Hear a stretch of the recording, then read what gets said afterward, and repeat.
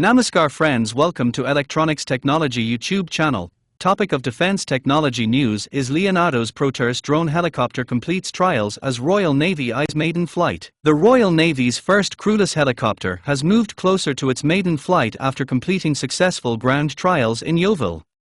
Proteus, a full-sized autonomous aircraft operated by a remote pilot, has been powered up to test its engines, systems and rotor blades. Designed and built by Leonardo in less than 2.5 years, the Proteus technology demonstrator is part of a £60 million program.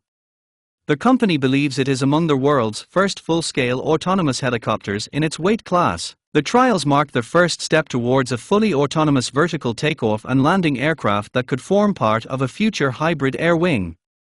The project aims to help designers and the Royal Navy identify how similar systems should operate alongside both unmanned and crewed aircraft. Senior Royal Navy and MOD personnel visited Leonardo's Yeovil facility to observe the ground tests and hear about the technology, programming and artificial intelligence driving the platform. Captain David Gillett said, "It's been a huge pleasure to work with Leonardo and across defense, as one team, to deliver Proteus." He added, "It combines cutting-edge technology, the experience of recent conflicts and has enormous potential to shape the Royal Navy's future hybrid air wing."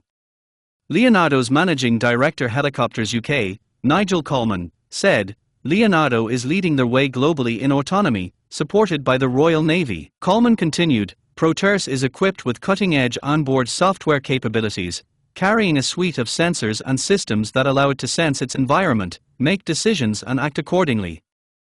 All of this processing is conducted on board the aircraft, while operating in the most extreme environments, including high sea states and strong winds, just where the Royal Navy needs this kind of capability. With a payload capacity of up to 1 ton, Proteus could eventually support missions such as airborne surveillance, search and rescue, logistics, weapon delivery and intelligence gathering.